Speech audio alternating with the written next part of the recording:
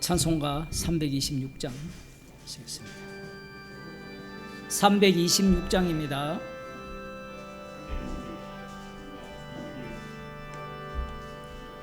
죄짐에 눌린 사람은 다 주께 나오라.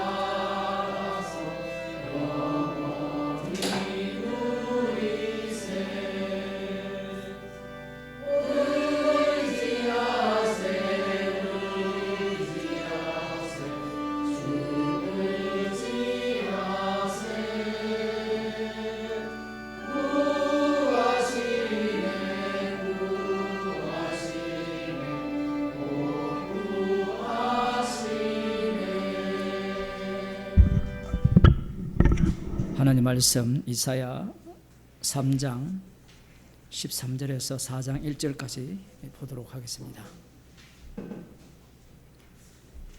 구약성경 969쪽입니다. 3장 13절에서 4장 1절입니다. 여호와께서 변론하러 일어나시며 백성들을 심판하려고 서시도다.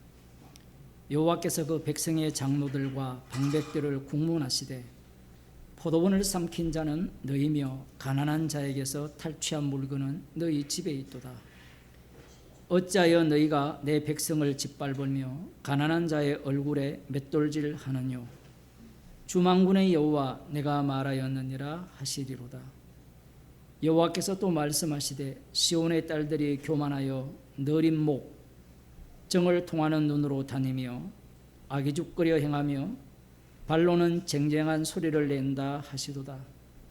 그러므로 주께서 시온의 딸들의 정수리에 딱지가 생기게 하시며 여호와께서 그들의 하체로 드러나게 하시리라. 주께서 그날에 그들의 장식한 발목고리와 머리의 망사와 반달 장식과 귀고리와 발목고리와 면박과 화관과 발목사슬과 띠와 향압과 호신부와 지왕과 코고리와 예복과 그독과 목도리와 손주머니와 손거울과 세마포 옷과 머리 수건과 너울을 제하시리니 그때의 썩은 냄새가 향을 대신하고 노끈이 띠를 대신하고 대머리가 숱한 머리털을 대신하고 굵은 베옷이 화려한 옷을 대신하고 자자한 흔적이 고운 얼굴을 대신할 것이며 너희 장정은 칼에 너희 용사는 전란에 망할 것이며 그 성문은 슬퍼하며 곡할 것이요 시온은 황무하여 땅에 앉으리라. 그날에 7 여자가 한 남자를 붙잡고 말하기를 우리가 우리 떡을 먹으며 우리 옷을 입으리니 오직 당신의 이름으로 우리를 칭하게 하여 우리로 수치를 명쾌하라 하리라. 아멘. 남유다에 대한 여호와 하나님의 심판하실 내용, 그것에 대해서 말씀하시고 그 심판의 결과가 어떠할 건가를 말씀하고 계십니다. 3장 13절에 보면 여호와께서 변론하러 일어나시며 백성들을 심판하려고 쓰시도다. 여호와의 대적이 누군가? 여호와의 대적이라면 이스라엘이 아니어야 한다라는 게 우리들의 생각이죠. 여호와 하나님께서 유월절 어린 양의 피로 구출하신 이후에 약속의 땅으로 인도하셨다면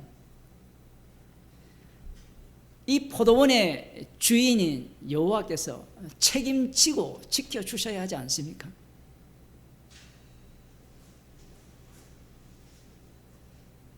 지금 포도원을 삼킨 자들에 대해서 여호와께서 국문하시겠다라고 하시는데 이스라엘의 지도자들이죠. 백성들도 마찬가지인데 이 포도원의 주인이 누굽니까? 이스라엘의 하나님이 여호와 하나님이시잖아요. 그러면 포도원을 만들었으면 주인이 지켜야 되잖아요. 그것이 우리들이 갖고 있는 논리예요. 이스라엘 백성들도 다르지 않습니다. 아브라함에게 약속을 하셨으면 그 약속대로 우리를 약속의 땅으로 인도하시고 그 땅에서 강대한 나라를 이루어 주셔야 된다는 것이 그들의 신앙인 거예요.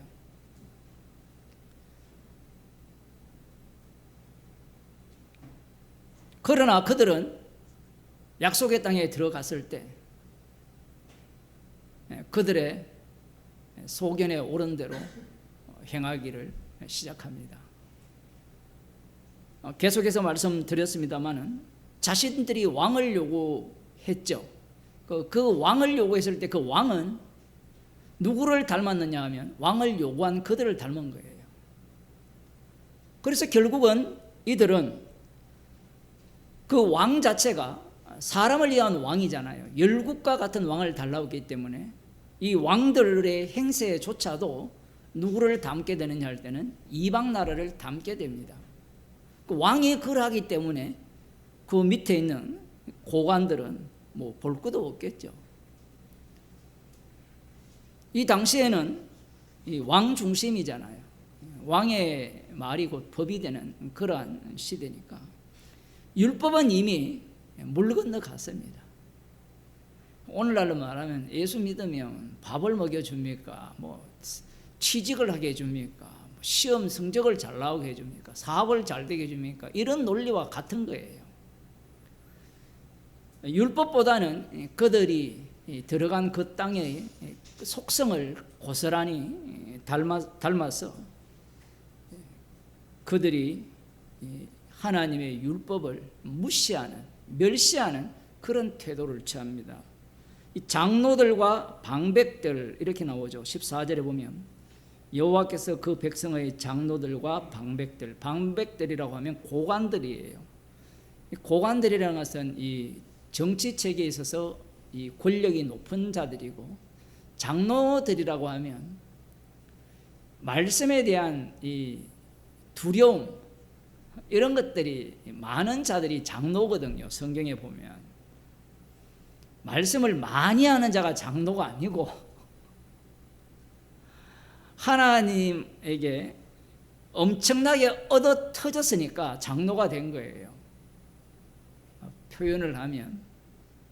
그런데 이 장로들과 방백들을 국문하시겠다는 거예요. 장로들이라고 하면 이 말씀의 율법에 대해서 어떠이어야 되고 본을 보여야 되는 위치에 있지만 이들이 앞장서서 율법에 대적하는 짓을 한 겁니다.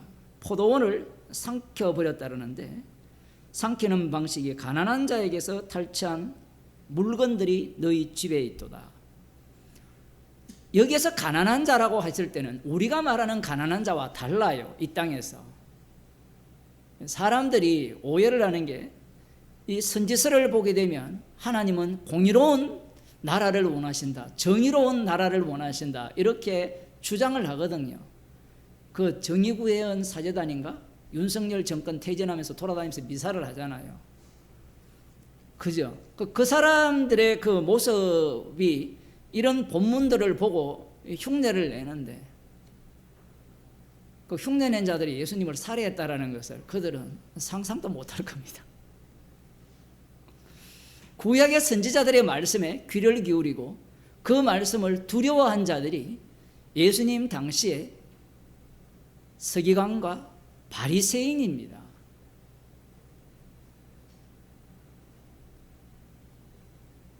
이 당시에 가난한 자들은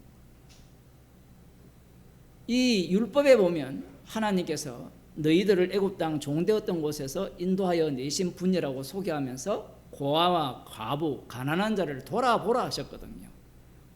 왜 돌아보라고 하는가 하면 너희도 저들과 똑같았다라는 이야기를 하고자 한 게 아니고 똑같았는데 유월절 어린 양의 피로 구출을 받았다라는 거예요.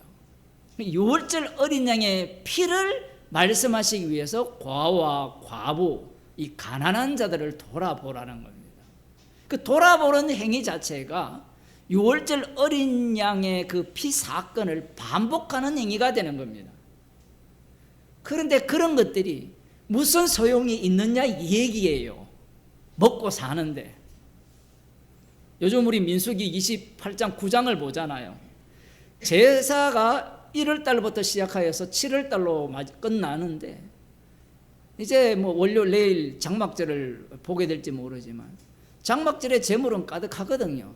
그런데 사람들이 손들어 가고 싶은 이야기가 있어요. 그렇게 하면 뭘 주시겠습니까? 어떻게 말씀대로 지켜도 인간은 말씀대로 살 수 없거든요. 그러니까 그들은 원인을 찾아내지 못하는 겁니다. 그러니까 말씀 자체를 버려버린 거예요. 우리는 이 말씀을 보고 가난한 자를 돌아보면 되지 않겠느냐 생각하는데 가난한 자를 돌아보면 주님은 다른 쪽에 와서 이야기를 합니다. 왜냐하면 율법은 온갖 율법을 항상 행하지 않으면 모든 율법을 범한 것이 되기 때문에 그래요. 우리가 구약을 읽으면서 그런 생각을 잘 하지 않잖아요. 율법을 보게 되면 제가 설교를 할 때 그런 말씀을 드렸습니다만 율법을 보면 나한테 해당되는 말씀이 있고 해당되지 않은 말씀이 있잖아요. 여러분이 큐티를 해보셨잖아요. 큐티를 하면 해당되는 말씀은 내가 적용을 하지만 상관없는 말씀은 적용하지 않잖아요. 결혼하지 않는 사람은 간음이 해당됩니까? 안 됩니까?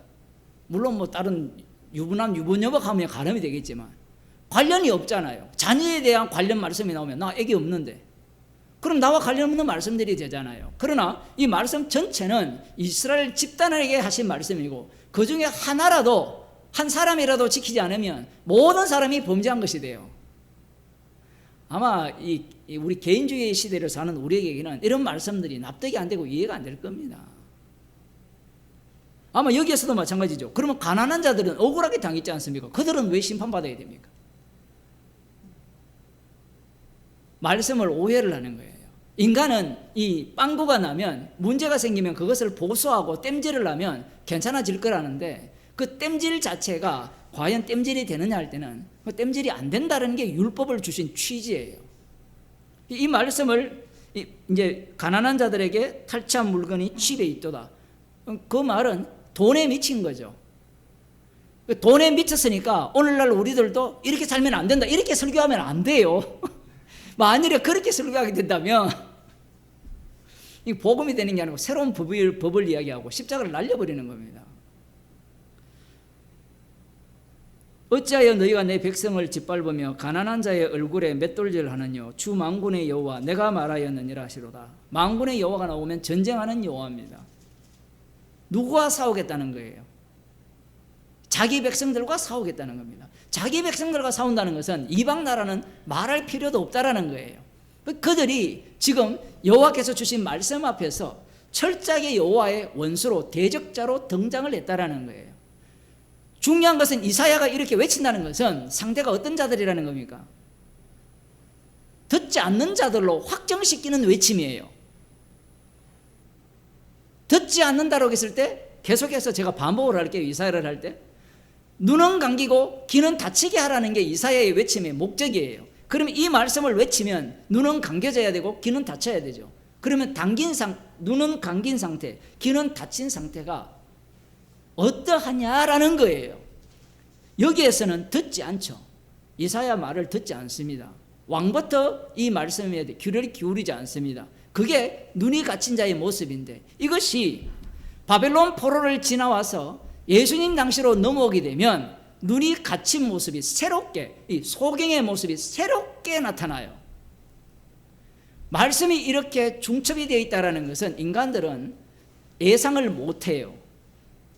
중첩이 되어 있다는 것은 인간이 답을 찾을 수 없다는 얘기입니다. 그게 철저하게 소경을 만들었기 때문에 인간들은 이 말씀을 보면서 그 시대에 그 말씀을 듣지 순종하지 않는 모습이나 그 시대를 지나서 70일의 완성의 지점에서 이 말씀에 순종하는 모습이나 모두가 다 소경이라는 이야기입니다.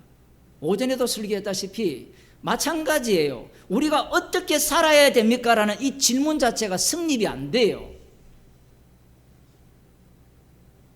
어떻게 살아야 됩니까? 라는 질문을 한다는 것은 나도 어떠할 수 있다는 거예요. 어떻게 살 수 있다라는 질문이에요.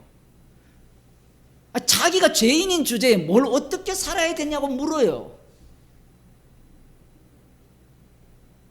성령을 받은 사람은 성령의 인도하심을 따라서 십자가를 전가하는 정인으로 살 것이고, 악령을 받은 자들은 이미 창세전에 그리스도 안에서 택함을 받지 못했기 때문에 십자가가 나오지 않겠죠. 자기의 의로움과 자기의 잘남이 나오겠죠.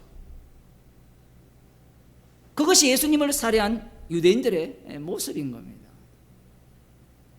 구약을 보면서 계속해서 우리는 시험에 든다라고 해야 되나? 어떻게 해야 되나?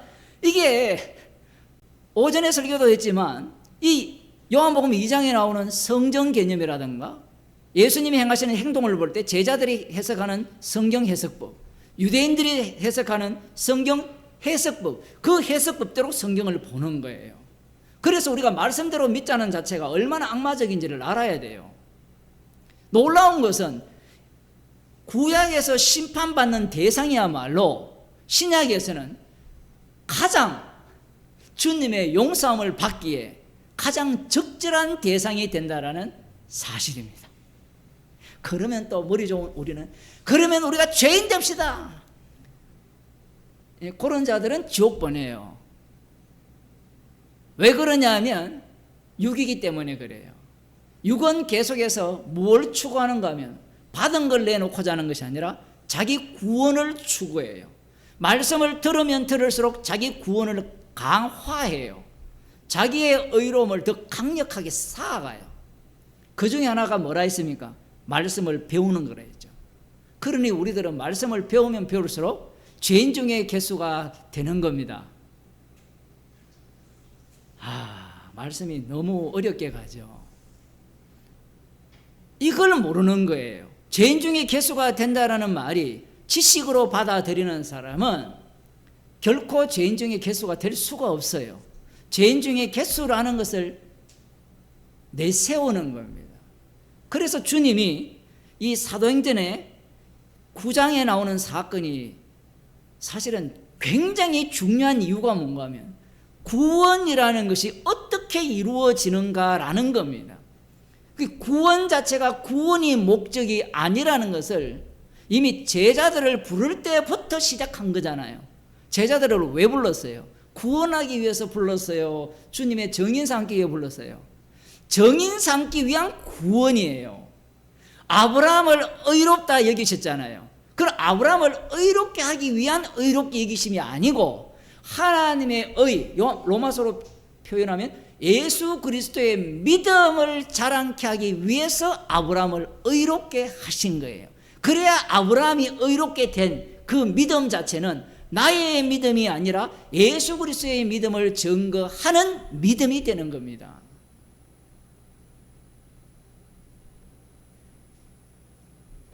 이 논리를 따라오거든 오세요. 말씀은 다 쪼개버립니다.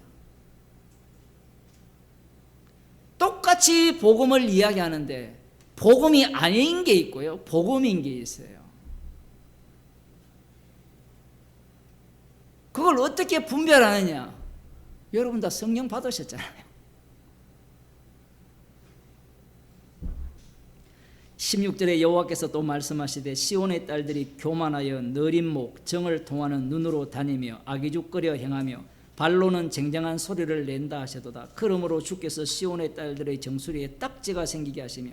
자, 여기에 보면 시온의 딸들이 이 창기 행세를 한다 하거든요. 앞부분에 요 이사야 1장에서도 창기가 되었다라고 표현을 합니다. 자, 그러면 하나님께서 그들에게 부끄러움을 심판으로 내리신다라고 했잖아요. 자, 이것이 역사적 사건으로 일어나거든요. 결국은 하나님께서 그들을 포로로 끌려가게 하고 심판 속에 내몰았잖아요. 심판을 행하셨잖아요. 그러면 심판받은 자들은 이 말씀들을 어떻게 해석해내느냐 이 얘기입니다. 그래서 말씀이 어려운 거예요. 말씀이 오늘 우리 있는 쪽에서 성경을 읽어버리면 말씀이 어떻게 해석해야 됩니까? 그 창기짓을 안 하면 되잖아요. 그런데 창기짓을 안 한 자들이 예수님을 살해했거든요. 그럼 누가 구원을 받습니까? 창기짓 한 사람이 구원을 받아요.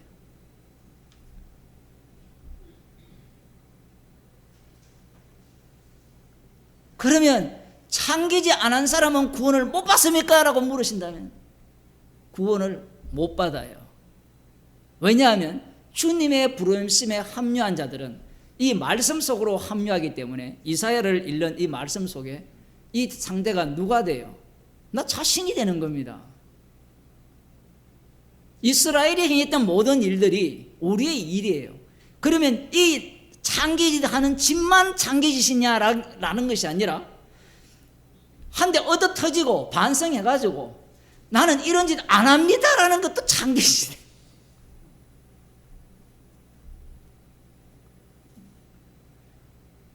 선악과를 먹은 자들은 이런 말씀을 듣기가 어려워요. 왜냐하면 은혜를 받았다면 받은 모습을 내놔야 되잖아요. 신약을 설교를 할 때 구약을 빼버리면 어떤 모순의 문제가 되느냐 하면 마찬가지죠. 신약 사도행전 이후에 설교를 할 때 사복음서를 빼는 것과 똑같은 원리인데 성령 받기 전에는 엉망진창이었는데 성령 받은 이후에는 완벽하게 살더라. 이게 우리가 일반적으로 생각하는 논리고 성령이 하는 일이 그러한 일이라고 생각을 하잖아요. 유희가 목사님이 이렇게 설교를 크게 하니까 왜 그렇게 화가 났느냐 이랬는데 우리 딸이 내 어릴 때 똑같았는데 아빠는 왜 자꾸 화가 나세요? 화가 나죠.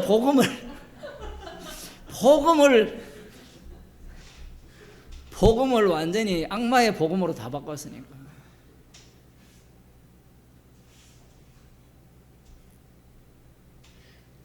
말씀대로 산다고 하는 자들이 가장 악마적인 겁니다. 말씀대로 산다고 하는 자들.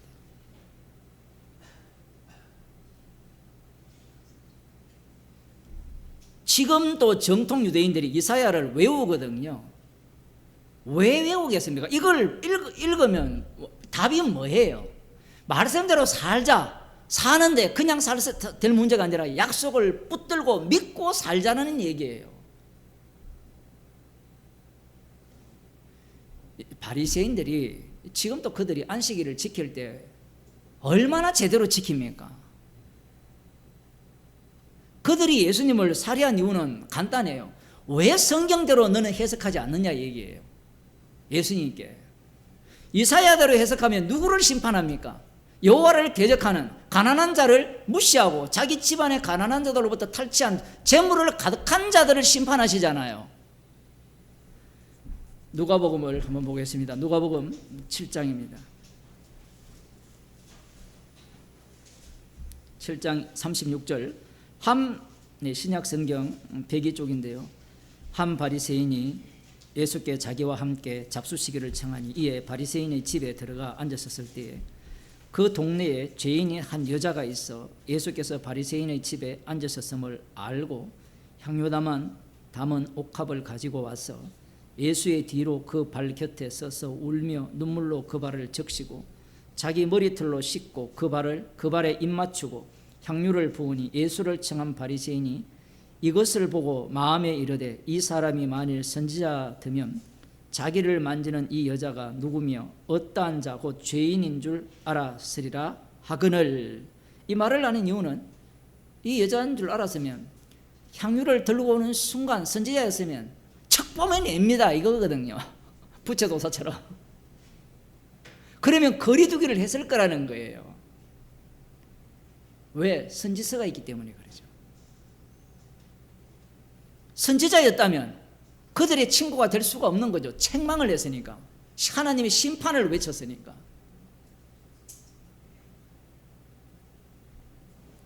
예수께서 대답하여 가라사대 시몬아 내가 네게 이를 말이 있다 하시니 저가 가로되 선생님 말씀하소서. 가라사대 빚주는 사람에게 빚진 자가 둘이 있어 하나는 500데나리온을 졌고 하나는 50데나리온을 졌는데 갚을 것이 없으므로 둘 다 탕감하여 주었으니 둘 중에 누가 저를 더 사랑하겠느냐. 시몬이 대답하여 가로되 제 생각에는 많이 탕감을 받은 자니이다. 가라사대 네 판단이 옳다 하시고 여자를 돌아보시며 시몬에게 이르시되 이 여자를 보느냐. 내가 네 집에 들어오매 너는 내게 발 씻을 물도 주지 아니하였으되 이 여자는 눈물로 내 발을 적시고 그 머리털로 씻었으며 너는 내게 입맞추지 아니하였으되 저는 내가 들어올 때로부터 내 발에 입맞추기를 그치지 아니하였으며 너는 내 머리에 감람유도 붙지 아니하였으되 저는 향유를 내 발에 부었느니라.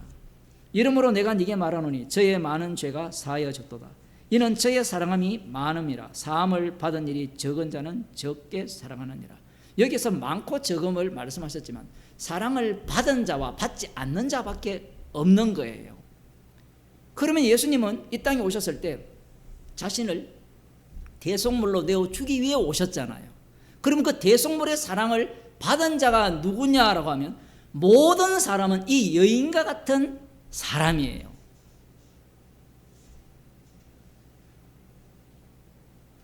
에베소서에서는 그 사랑의 깊이를 알 수 없을 정도까지 깊다라고 이야기를 하거든요.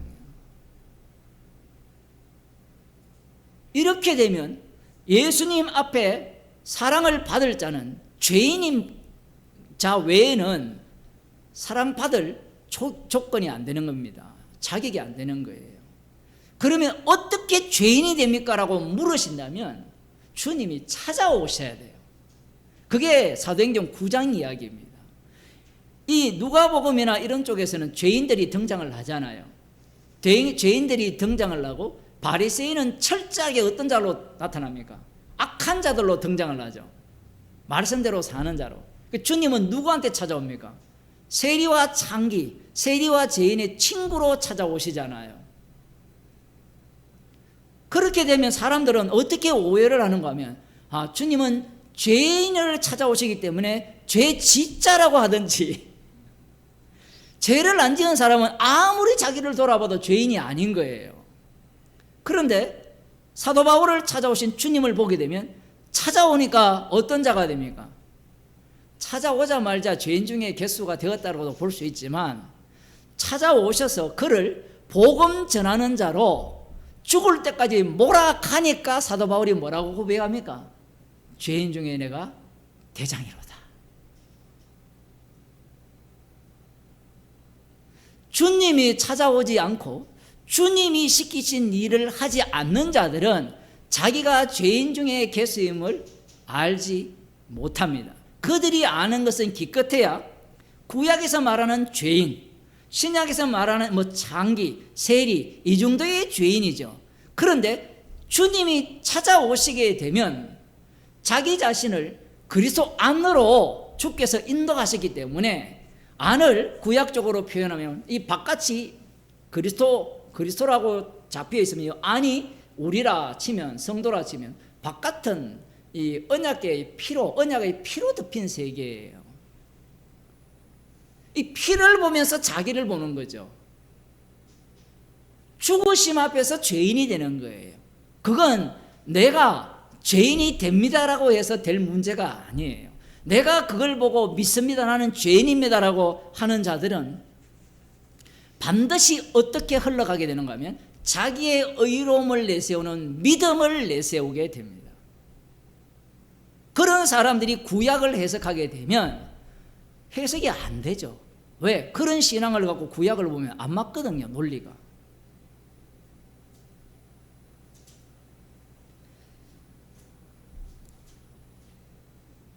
예수님의 이 말씀은 예수님이 오신 목적, 이걸 거꾸로 이야기하면 세상을 만드신 목적이 무엇이냐라는 거예요. 십자가 지신 예수님이 심판주시다. 심판주가 어디에서 됩니까? 십자가에서 되거든요.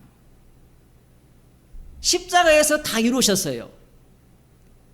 오늘날 한국 기독교 신학에 하면 부활에서 다 이루었다고 주장하거든요. 그 성경에 없어요. 왜 예수님께서 십자가에서 다 이루었다라고 말씀하시는지를 그들은 알지도 못하고요. 처음부터 그들의 신학은 이 미국 신학처럼 번영 신학에 미쳐 있는 겁니다. 자기 구원, 인간을 행복하게 하기 위해서 예수님이 십자가에 못 박혀 죽으셨다, 이런 논리를 펴는 거예요. 예수님의 십자가 사랑을 자랑케 하기 위해서, 주님의 정인으로 삼기 위해서 불렀다면 성도는 어떤 삶을 살아가든 이 성경에 나오는 삶의 모습이 다양하잖아요. 사도 바울처럼 율법의 의로는 흠이 없게 살든, 복음을 전하며 살든, 창기처럼 살든, 어떻게 살든 간에 그리스도 안에 있는 자들은 피 외에는 자랑할 것이 없는 자로서 살려지는 인생입니다. 기도하겠습니다. 하나님 아버지, 말씀을 보면서 나를 가꾸기 위하여 회개하며 반성하는 그러한 자의 모습이 바리새인과 사두개인의 세리의 모습임을 말씀을 통하여 들려주심을 감사드립니다. 주님이 사랑하셨기에 세리의 모습이요, 창기의 모습이요, 죄인 중에 개수의 모습으로 드러나게 하셔서 십자가만 자랑하는 주의 백성으로 삼아주심을 날마다 감사하는 저희들이 되게 하여 주옵소서. 예수님 이름으로 기도드리옵나이다. 아멘. 하늘에 계신 우리 아버지여, 이름이 거룩히 여김을 받으시오며 나라의 임하시오며 뜻이 하늘에서 이루어진 것 같이 땅에서 이루어지이다. 오늘날 우리에게 일용할 양식을 주시고 우리가 우리에게 죄진 자를 사하여 준 것 같이 우리 죄를 사하여 주시고 우리를 시험에 들게 하지 마옵시고 다만 악에서 구하옵소서. 대개 나라와 근세와 영광이 아버지께 영원히 사옵나이다.